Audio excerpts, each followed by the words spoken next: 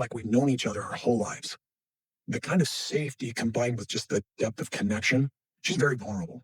And I was at the time, and there was a depth of connection that I do not believe I have ever had. The sound of destruction was almost audible. That's how lightning fast everything unraveled. When Robyn supposedly slammed the brakes on Meri's explosive memoir, mere days before it was destined for the world, an insider painted the scene as ruthlessly precise. Robyn's team unleashed a barrage of emails. Their subject line screaming desperation, "Stop the press." Immediate legal risk. This wasn't a gentle request. This was total warfare hidden. Within that chaotic storm of frantic messages lurked something Meri swears she'd never laid eyes on before, a document ominously labeled Mutual NDA Addendum, Final. The timing felt like a calculated strike. Every word crafted to make even the most experienced lawyers take a step back. One assistant editor, deeply embedded with the publishing crew, revealed how the document appeared to have been born just hours before landing in their digital doorstep. The typography betrayed its origins, completely mismatched from Meri's original signed agreement. While certain phrases, particularly the cryptic brand preservation rights section, screamed last-minute manipulation, but here's where the plot thickens into something truly sinister. That mysterious attachment originated from an email account that supposedly leads straight back to Robyn's personal media strategist, not a single soul from Meri's legal army. This consultant's expertise, plastered across LinkedIn for all to see, reads like a reality TV damage control playbook: massive NDA letters, reputation resurrection, and scandal suppression. So what secrets did that document actually contain? Sources whispered that it held language designed to retroactively muzzle Meri regarding any explosive behind-the-scenes drama with her former sister wife, particularly anything that might tarnish their precious family empire. And there's more. Buried within was a clause implying Meri had already pocketed hush money. But here's the twist that changes everything. Robyn and Cody had a very long courtship compared to the rest of us. It is not really appropriate for a married man to have a long courtship. So they actually courted, I think, for almost like a year. Meri stands her ground with unwavering certainty. She never shook hands on any such arrangement. Not through spoken words, not through signed papers, not in any universe. She's confided to her inner circle that this felt like an elaborate trap, something orchestrated over months of careful planning. And here's the smoking gun. When she attempted to track down the PDF's origins, every digital fingerprint had been methodically erased. A sanitized file, a deliberately obscured electronic footprint. But Robyn's strategists overlooked one crucial detail. Meri had been building an archive, not merely of her manuscript, but of every legal exchange since their worlds split apart. Electronic messages, text conversations, meeting requests, all meticulously preserved. One confidant revealed she maintains a collection labeled "For when they come for me." So if this represented Robyn's calculated legal maneuver, she might have just ignited the very chaos she desperately sought to prevent. Because Meri isn't simply pushing back, she's armed with evidence. And the next bombshell supposedly arrived at 11:49 p.m. Its subject line reading "Personal delete after reading."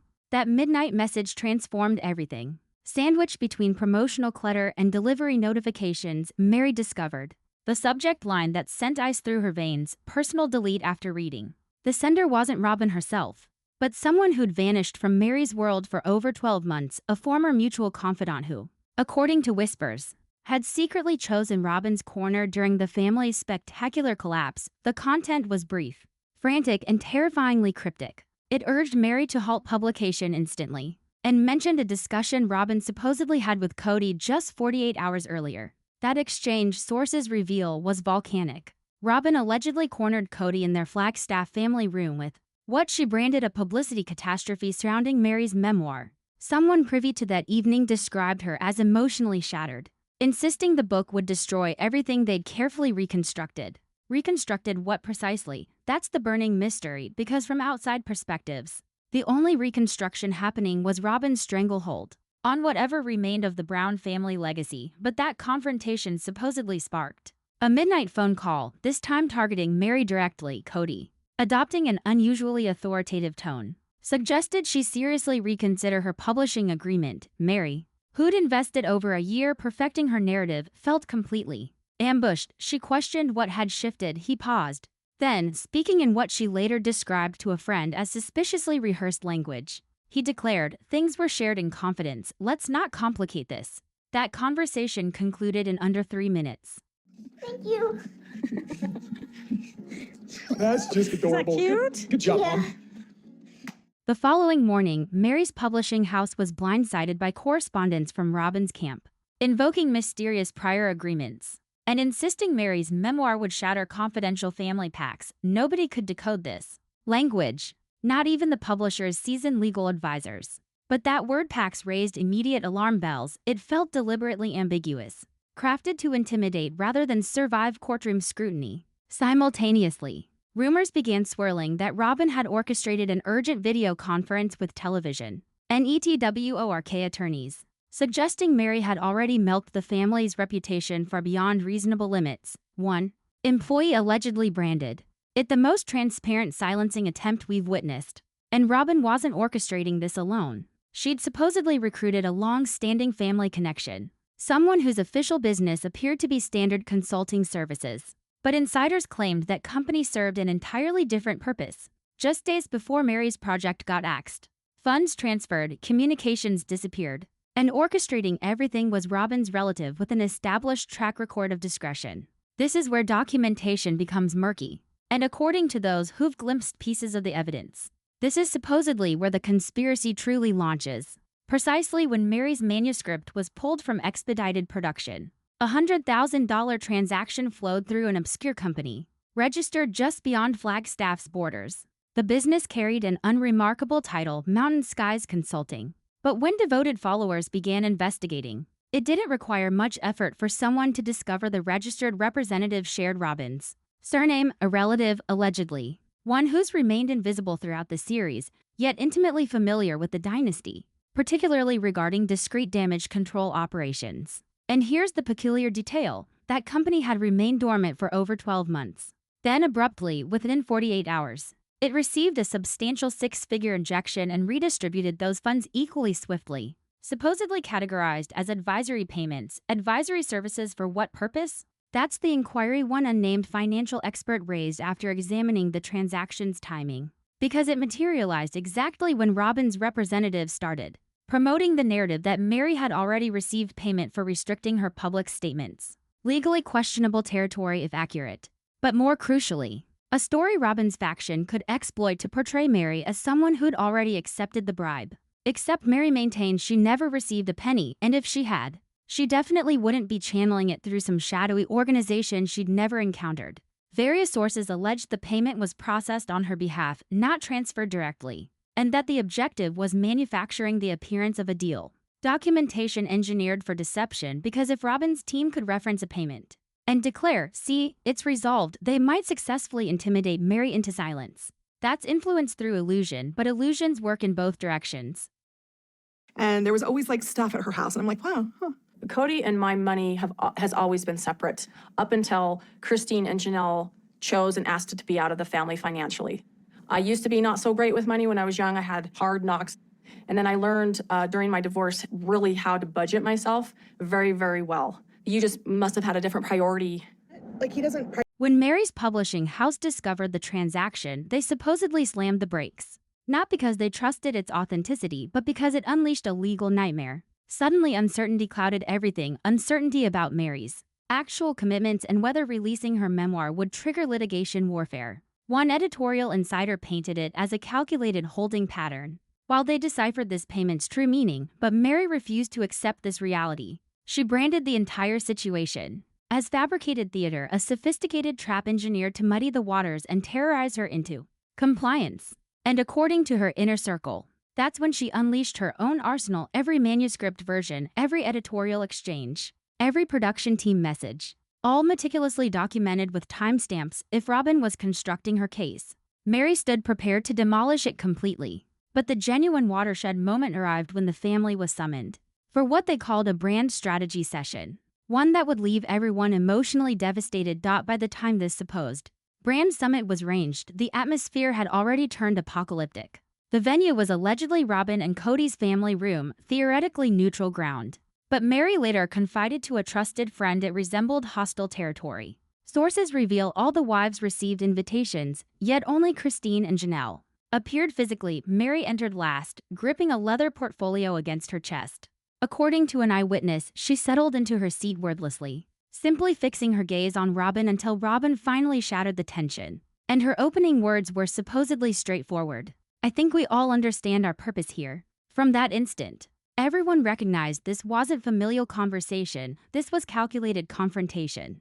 Robyn allegedly launched the gathering discussing brand consistency and public confidence, employing corporate terminology that felt more conference room than family circle. She claimed network producers had approached her expressing concerns about Meri's Memoir's potential franchise damage, and repeatedly emphasized that certain experiences belonged away from public consumption. Chanel, according to witnesses, delivered an eye roll so dramatic it could have cracked mirrors. Christine remained largely silent, but supposedly shared multiple knowing looks with Meri, the kind that communicate everything without uttering syllables. But the moment everything detonated was when Cody interrupted. He parroted Robyn's arguments and suggested Meri should carefully consider the price of destroying relationships. That's when Meri rose to her feet, not screaming, not shaking, just resolute. One witness claimed she opened her portfolio, extracted her book's printed introduction, and voiced the opening paragraph aloud.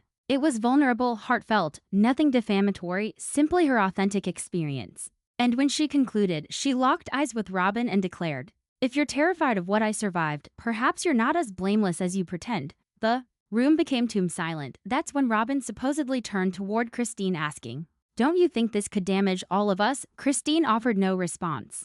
But mere hours afterward, followers noticed Christine had endorsed a mysterious social media post, a solitary broken chain symbol followed by "finally." Some dismissed it as coincidence. Others interpreted it as quiet allegiance. Regardless, Robyn wasn't gambling. The following morning, Meri's publishing house received legal cease and desist paperwork from an Arizona firm citing unauthorized exploitation of confidential memories, and accompanying that correspondence, a proposed contract so restrictive it approached extortion because hidden within the technical language was a provision, making Meri personally responsible for triple penalties if any book section could be reasonably construed as critical. And most disturbing, someone had copied Cody using an identity Meri didn't recognize.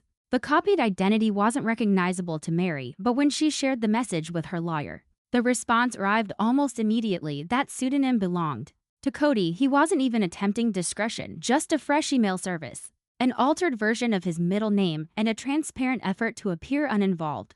But his involvement ran deep, and if the censored documentation proves accurate, he'd been included in every behind-the-scenes communication, every provision, every stipulation, every intimidation tactic. What materialized that morning transcended standard cease and desist correspondence. This was comprehensive silencing, a non-disparagement provision that surpassed typical legal terminology and ventured into pure intimidation territory. Meri, sources indicate, was completely overwhelmed. According to her representatives, the paperwork detailed penalties so extreme that even accidental references during interviews or online could trigger lawsuits demanding triple her original publishing payment.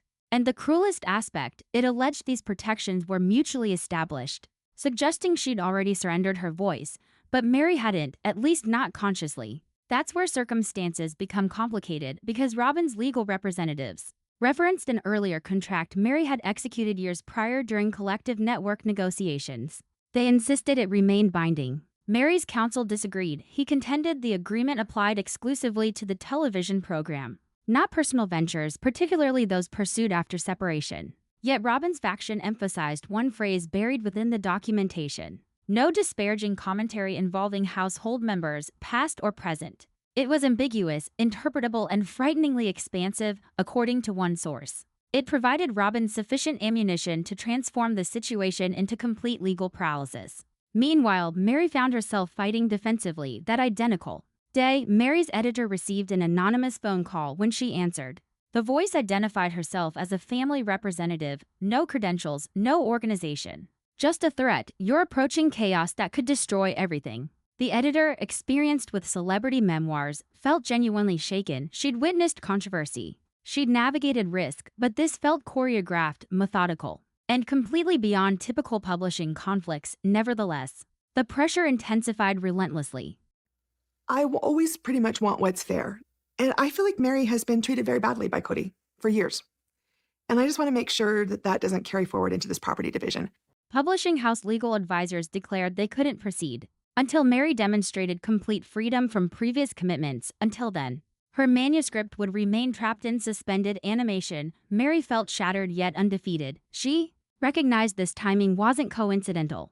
This wasn't about forgotten paperwork or supposed brand protection. This was pure terror of her potential revelations and how authentic truth might redirect public devotion. Because despite the enforced quiet, despite the documented signatures, Meri wasn't alone in witnessing this chaos unfold, and within a secluded network office corner, someone had already begun murmuring to executives. The message was elementary, yet explosive. Robyn's threatening footage withdrawal, once murmurs transformed into ultimatums. The network descended into chaos, according to production sources. Robyn allegedly informed a senior executive that Meri's book publication would trigger her consideration of abandoning the upcoming season. That might seem insignificant, but internally it created seismic tremors. Robyn had maintained the most consistent camera presence among recent wives. Without her participation, their storyline would crumble. Advertisement deals were already finalized, production schedules were ironclad, and if Robyn departed, even temporarily, the cascading consequences could spell financial catastrophe.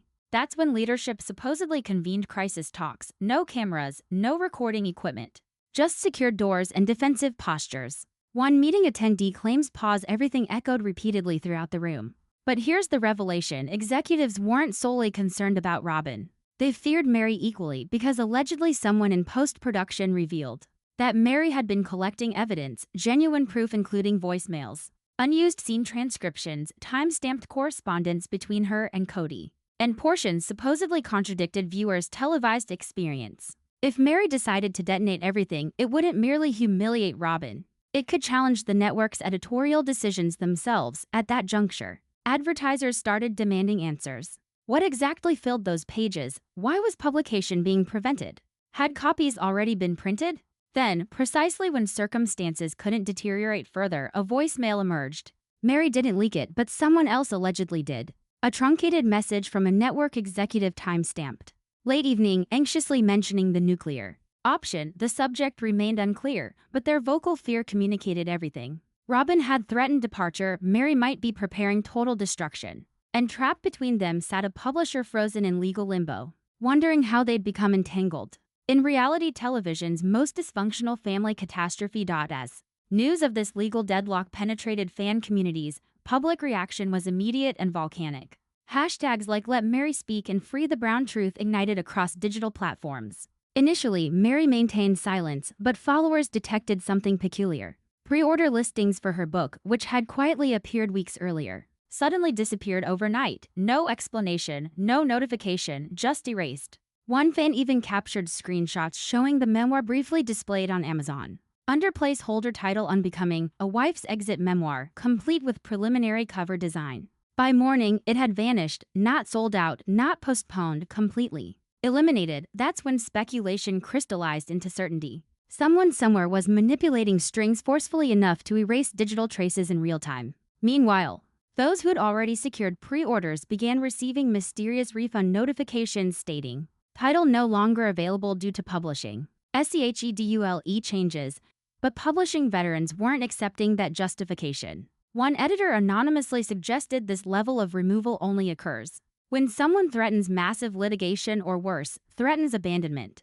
And remember that relative connected to Robyn's company. A recently discovered business registration showed the identical entity had just modified its classification from consulting to intellectual property management. Fans immediately drew connections. Robyn apparently wasn't simply attempting to silence Meri's narrative. She might have been trying to possess it. That theory gained momentum when rumors circulated that Robyn's representatives had attempted purchasing the manuscript completely. One publishing assistant claimed they overheard a conversation where someone offered Meri's publisher a lump sum settlement for all unreleased draft rights. Whether Meri knew remains mysterious, but the proposal was reportedly rejected still. The harm was inflicted, book anticipation had tripled. But so had fears that audiences would never read a single sentence, and as attention returned to Meri, hoping she'd speak publicly, she made one subtle gesture that rekindled the flames, changing her profile image to a solitary photograph, a locked journal resting on weathered wood.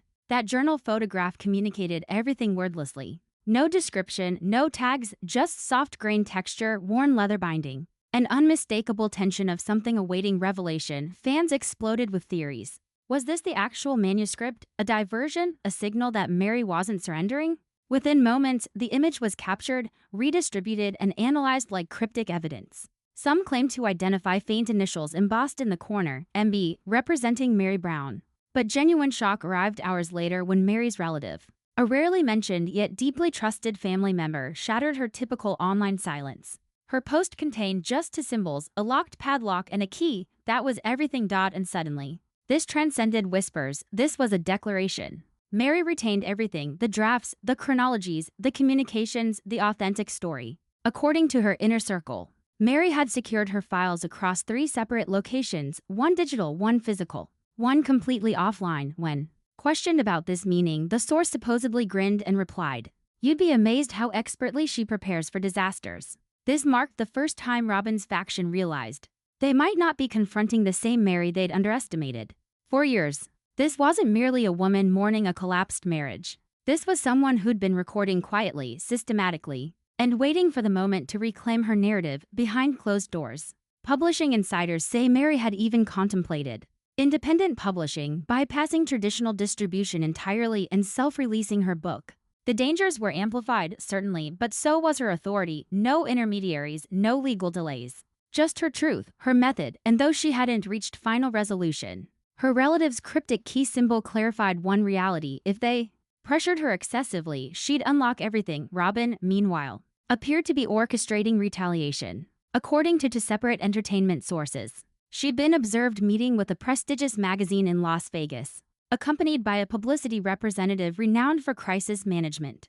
Allegedly, a cover feature was being developed, one that would present her perspective first. Robyn's countermove wasn't subtle, it was calculated. Word spread rapidly that she'd been negotiating with a major lifestyle publication, famous for celebrity-friendly exclusives, the type featuring radiant home photo shoots, extensive retouching, and carefully selected quotes that transform chaos into misunderstanding. According to a magazine digital department insider, Robyn's team had proposed a comprehensive feature: domestic photography with her children, extensive interview, and lengthy editorial about post-heartbreak healing. But what truly raised suspicions was the scheduling. The proposal arrived just 2 days after Mary's journal photograph triggered social media hysteria. One editor allegedly labeled it an obvious preemptive assault. Sources revealed the cover headline was already composed: Robyn tells all, the truth about love, loyalty, and letting go within the pitch. Robyn would finally confront the speculation and reclaim her serenity without directly naming Meri. Classic publicity strategy: control the narrative, establish victimhood before others can. But here's the complication. Just as the magazine prepared to advance, everything halted, communications ceased.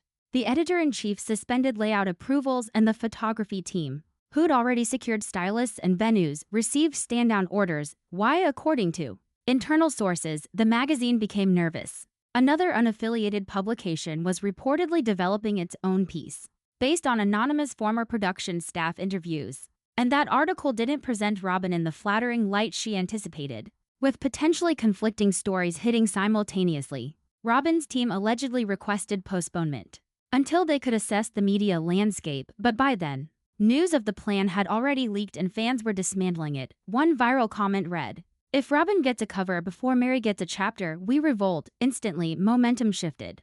Robyn's polished redemption narrative was faltering, and Meri, quietly, steadily, was accumulating influence.